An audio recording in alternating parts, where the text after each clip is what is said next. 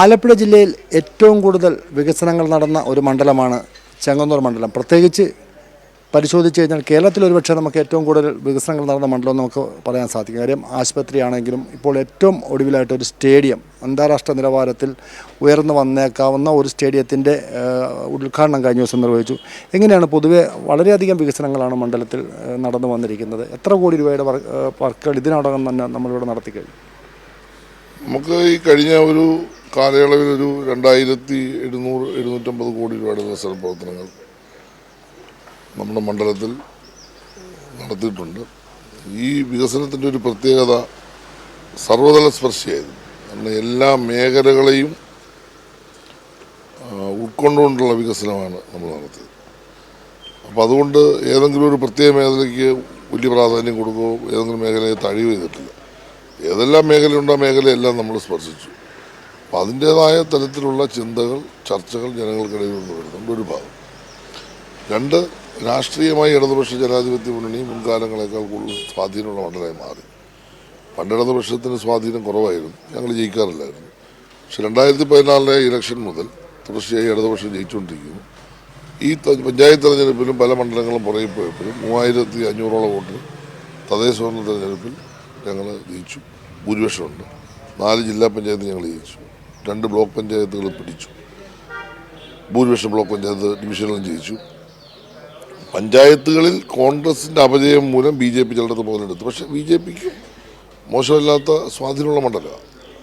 അപ്പോൾ കോൺഗ്രസ് ഇവിടെ വളരെ പിന്നോട്ട് പോയപ്പോൾ ആ ഒരു ഗ്യാപ്പ് BJP ഫില്ല് ചെയ്യുന്നുള്ളതാണ് ഇവിടുത്തെ വിഷയം.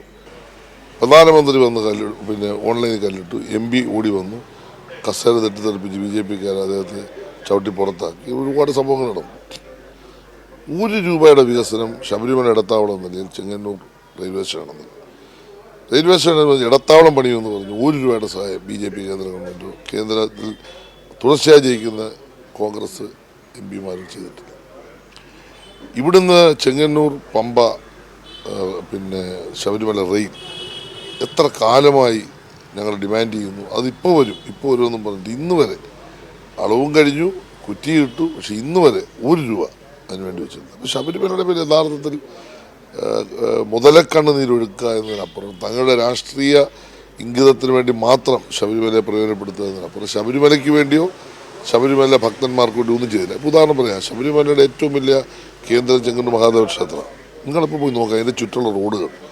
ഞാൻ MLA ആയതിനു ശേഷം എല്ലാ റോഡുകളും എന്താ മാറി, കുളിക്കടവ് വരെ അതിഗംഭീരമായ കുളിക്കടവ്, എല്ലാ മാറ്റങ്ങൾ ഞങ്ങൾ ചെയ്യുന്നത് ആത്മാർത്ഥമായി ചെയ്യുമ്പോൾ ഇതിൻ്റെ മുതലക്കണ്ണീരൊഴുക്കി അതിൻ്റെ ഗുണം അനുഭവിക്കാനാണ് വലതുപക്ഷം ശ്രമിക്കുന്നത്. അതുകൊണ്ട് ചെങ്ങന്നൂർ ജനങ്ങൾക്ക് നന്നായിട്ടറിയാം, ഇവിടെ യഥാർത്ഥ ഭക്തി എന്ന് പറയുന്നത് അല്ലെങ്കിൽ അവരോടൊപ്പം നിൽക്കുന്നത് ഇടതുപക്ഷമാണെന്നുള്ള നല്ല കാഴ്ചപ്പാട് അവർക്കുള്ളതുകൊണ്ടാണ് കഴിഞ്ഞ തെരഞ്ഞെടുപ്പിലൊക്കെ അഭൂതപൂർവ്വമായ ഭൂരിപക്ഷം കൂടി ചെങ്ങന്നൂരിലെ ജനങ്ങൾ LDF നൽകിയത്. ഇവിടെ കുഞ്ഞുങ്ങളുടെ ഭാവിയെക്കുറിച്ച് ലക്ഷ്യം വെച്ചുകൊണ്ട് ലോകത്തെവിടെ പോയാലും ചെങ്ങന്നൂർക്കാരൻ ഒരു ഇൻ്റർവ്യൂവിൽ പങ്കെടുത്താൽ വിജയിക്കണം.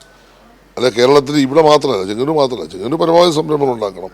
ചെങ്ങന്നൂർ വിട്ടുപോകുന്നവരും അതിനനുസരിച്ചുള്ള നല്ല വിദ്യാഭ്യാസവും ട്രെയിനിങ്ങും ഒരു ഇൻ്റർവ്യൂവിനെ ഫേസ് ചെയ്യാനുള്ള കപ്പാസിറ്റി അവനുണ്ടാക്കി കൊടുക്കാനുള്ള ഒരു പുതിയ മോഡൽ ചെങ്ങന്നൂർ മോഡൽ അടുത്ത ഗവൺമെൻറ് കാലത്ത് നമ്മൾ ചെയ്യാനാണ് ഉദ്ദേശിക്കുന്നത്.